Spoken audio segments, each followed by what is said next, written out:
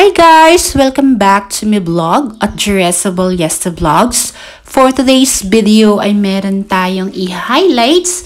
So actually yung history ng kanyang hair guys ay rebonded tapos nagpa-highlight siya before. So tumubo na nga yung kanyang regrowth parts, more about 7 cm yung tinubo ng kanyang growth parts. So actually fine hair po yung kanyang hair. So ingat-ingat lang tayo kasi manipis yung kanyang strands. So may pinakita sa akin si ma'am na inspo. So sundin lang natin yan guys. So before that ay titizing and weaving na po tayo. So gumamit lang ako ng oxidizing cream na 3% kasi manipis, fine hair yung kanyang hair. So 3% kasi yung ginagamit ko kapag maninipis yung hair ni client.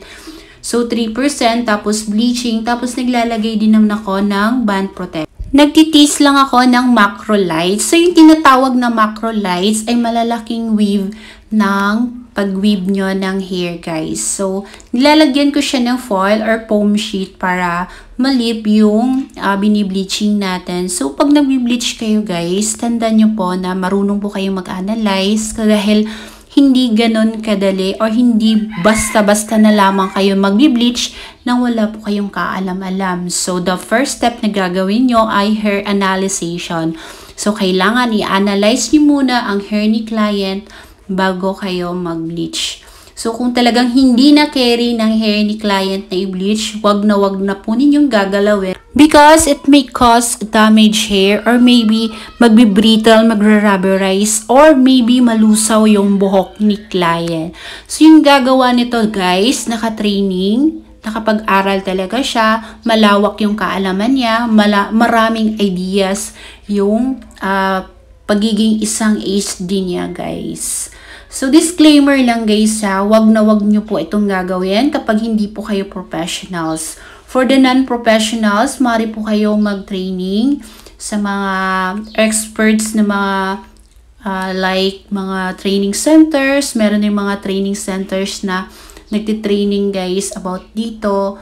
So itong ginagawa ko guys ay napakadelikado kapag hindi po kayo marunong guys. Tatandaan, ang bleaching ay pinaka number 1 na nakakapagpasira ng hair.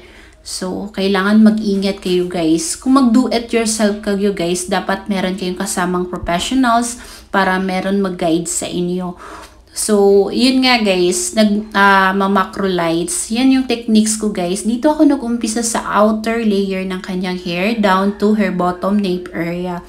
So, 1:1 ratio yung ginawa natin sa pag-mix or measurement ng ating product kanina.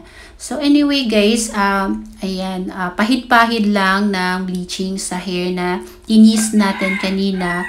So, malalaman nyo yan mamaya-maya. Within 5 minutes guys, always ako nag-checking. Or kahit nga 1 minute, laging ko chine-check kasi nako, talagang maingat ako dahil anyo naman, sobrang nakaka-disappoint niyan sa client kapag nakasira tayo ng hair guys. So kita mo yung nauna natin nilagyan, chinek ko na naman. So ganun talaga ako guys mag-check sa hair ni clients while I'm on bleaching kasi napakadelikado nga sabi ko. So dahil nga yung hair ni client may history na siya ng highlight, so nakikita nyo dyan may highlight siya na part na more about 13 cm. So, ayan. Tinitis lang natin ang ating tail ng ating brush. Then, naglalagay na rin tayo ng foil. So, foam sheet at foil. So, yung purpose ng foam sheet or foil ay to lift yung bleach. So, i-reach natin yung level 8 to 9 na bleach sa kanyang hair. So, actually, para makuha natin yung inspo na ipapagawa ni ma'am sa atin, guys.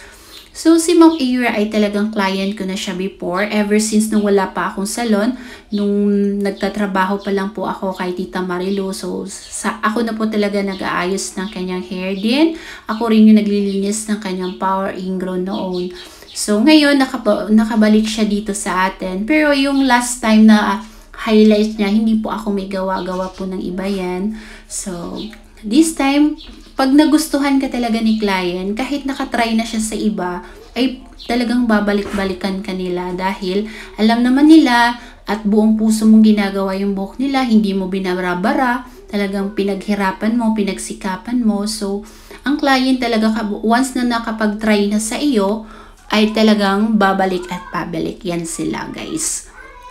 So, pagkatapos nito natin ng teasing ay kinuha na natin yung foil. So, ayan, nag-level 8 na nga yung kanyang bleach. So, before that, mag-a-apply tayo ng color. 3% oxidizing cream yung ginamit natin. Tapos, ito namang 019 at 8.16 na colorant. Pinaghalo lang natin. 2:1 ratio po yung measurement natin. So, ayan. Pagkatapos na natin mag-apply, binabad lang natin ito ng 30 to 45 minutes.